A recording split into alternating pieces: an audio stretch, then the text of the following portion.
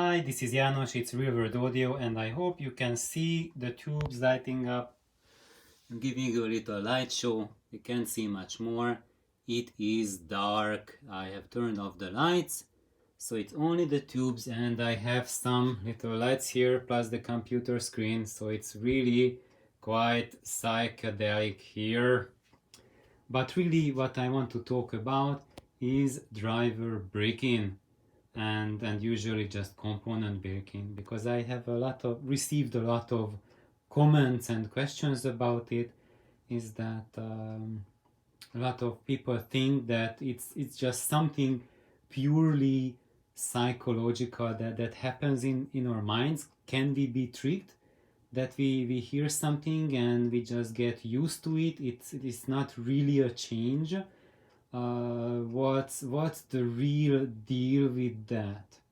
Because when you look at equipment break-in, the physics of it is that there's a lot of changes going on, and those changes really relate a lot to what's happening. So for example, when we look at driver break-in, as it breaks in, the suppleness of the suspension changes, and that changes the driver behavior quite a bit. And like as the spider is getting more workout, then how it flexes, how it allows the cone to move is quite a bit different. So what you experience like in the first few minutes, first 10 minutes, that you can hear that the driver doesn't want to play loud.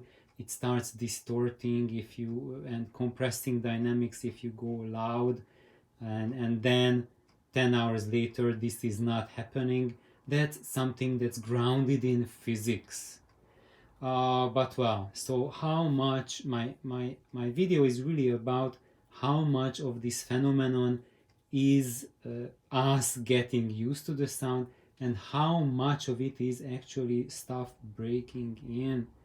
And now I will tell you an experience that we had, was it yesterday night?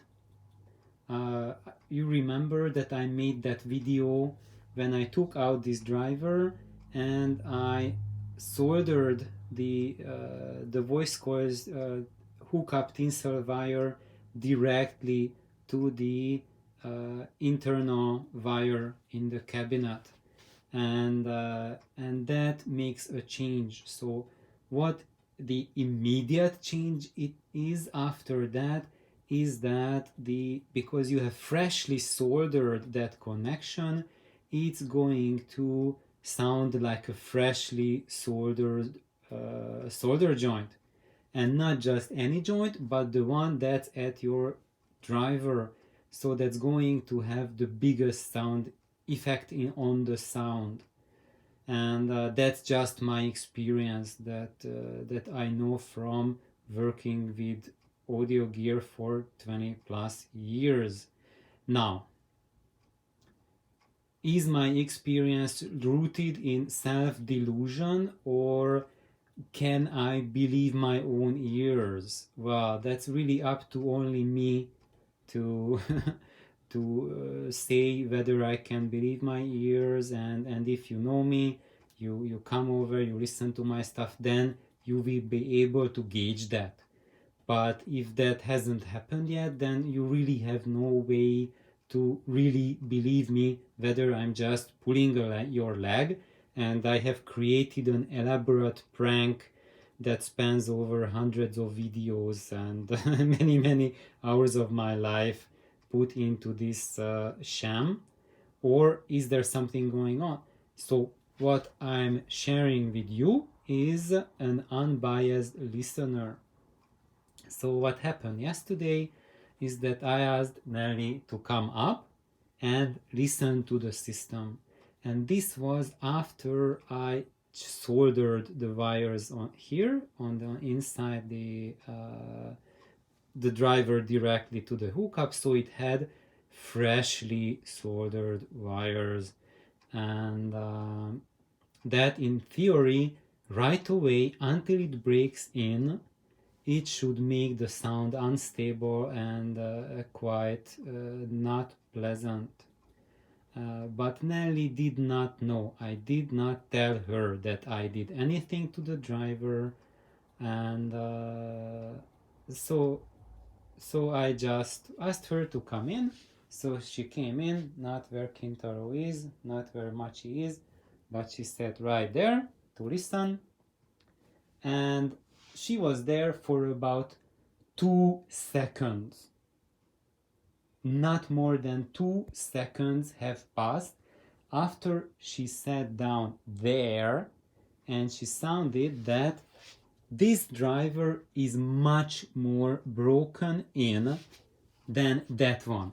It took her 2 seconds to pinpoint it, and she had zero preparation.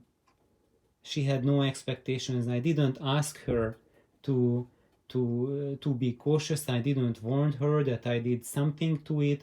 She did not expect anything. She was completely unbiased. And if you sit down to a stereo, that you don't even think about this, to think that one side is much better broken in than the other. And she had no way to expect it, and no way to bias her mind again for it, to have that thing, that preconception. Yet it just took her 2 seconds to spot it out. So that's about it. That's how easy it is to spot the changes and the effects of break-in. And then really, what I have learned, it's all about training our ears and developing acoustic memory, because we have incredibly powerful acoustic memories to retain, to remember sound signatures, what changes occur to the sound, and this faculty can be just tremendously improved with practice, and thousands of hours of practice and critical listening, and that's it. So that's what I want to hear. I want to say, and that's what you want to hear, is that have faith and trust in your own abilities.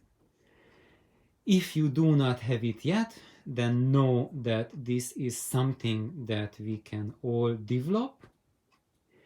Maybe you won't reach to an ultra golden ear level, but it is true for all of us that with attention and work on our skills, they will grow better when we put effort at it, when we learn consciously. If we are in trouble, then get an audio buddy who lives near you, or get a musician, even better if you don't have an audio buddy. Get someone who you know has a great hearing, has a good oral memory, has good skills to recognize sonic signatures, and then just enlist their help to aid your learning process.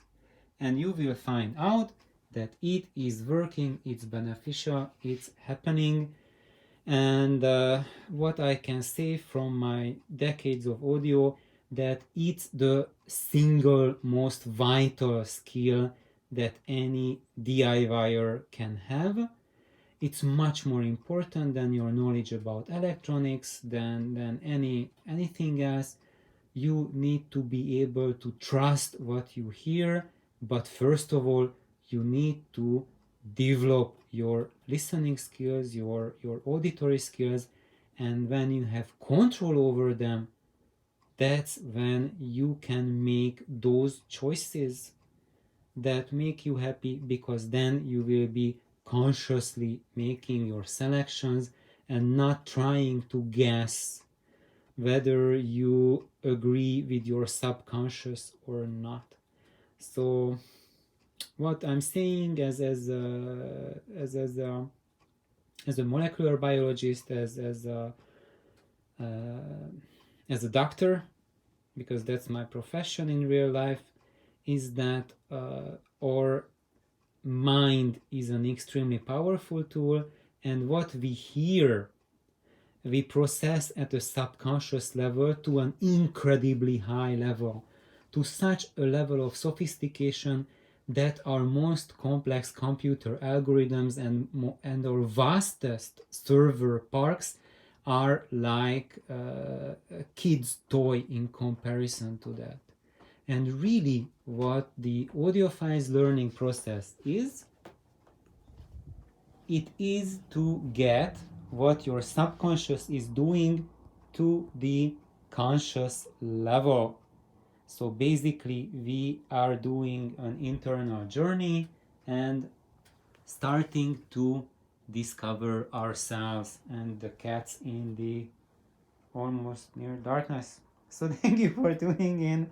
I hope this little speech was inspirational to everyone, to have faith in your skills and abilities, and I really hope that the video will turn out visible. Please like, subscribe, have an amazing day. Bye bye.